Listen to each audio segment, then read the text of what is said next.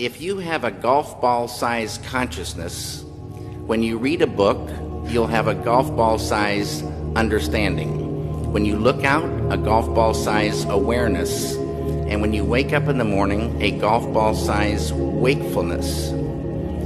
But if you could expand that consciousness, then you read the book, more understanding. You look out, more awareness. And when you wake up, more wakefulness. It's consciousness. And there's an ocean of pure, vibrant consciousness inside each one of us. And it's right at the source and base of mind, right at the source of thought, and it's also at the source of all matter. And Maharishi Mahesh Yogi teaches a technique called transcendental meditation. It's a simple, easy, effortless technique, yet supremely profound, that allows any human being to dive within, experiencing subtler levels of mind and intellect, and transcend and experience this ocean of pure consciousness. This pure consciousness is called by modern physics the unified field. It's at the base of all mind and all matter. And they now say, modern science says, all of matter, everything that is a thing, emerges from this field.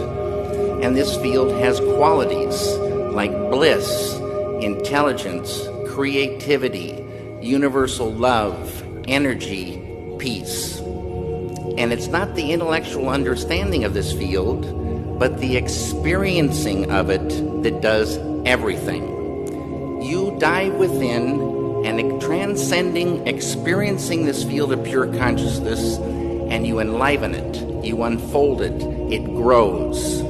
And the final outcome of this growth of consciousness is called enlightenment. And enlightenment is the full potential of all of us human beings. And a side effect of enlivening this consciousness is negativity starts to recede. When I started meditating, I was filled with anxieties, filled with fears, kind of a depression and anger. And I took this anger out on my first wife, and after 2 weeks of meditation, she comes to me and she says, "What's going on?" I finally said, "What do you mean?" And she said, "This anger, where did it go?" And I didn't even realize it had lifted. Now, these negative things like anger and depression and sorrow, they're beautiful things in a story, but they're like a poison to the filmmaker. They're a poison to the painter. They're a poison to creativity. They're like a vice grip.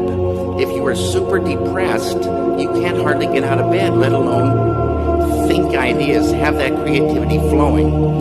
So it's money in the bank to get that beautiful consciousness growing, which is flowing creativity, the ability to catch ideas at a deeper level.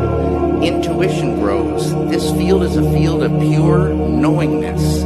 You dive in there, you sort of just know how to go. You know how to solve solutions. It's like an ocean of solutions. And you can just feel this thing growing. But the ultimate thing for me is the enjoyment of the doing, the enjoyment of life grows huge. I love making films now more than ever before. Ideas flow more. Everybody has more fun on the set. Creativity flows. People look like friends and not like enemies. It's a beautiful, beautiful thing, and it's us. In Vedic science, this field of pure consciousness is called Atma, the self of us all. At that level, as Dr. John Hagelin would tell you, at that level of life, we are all one. We're one. Diversity up here, unity down below.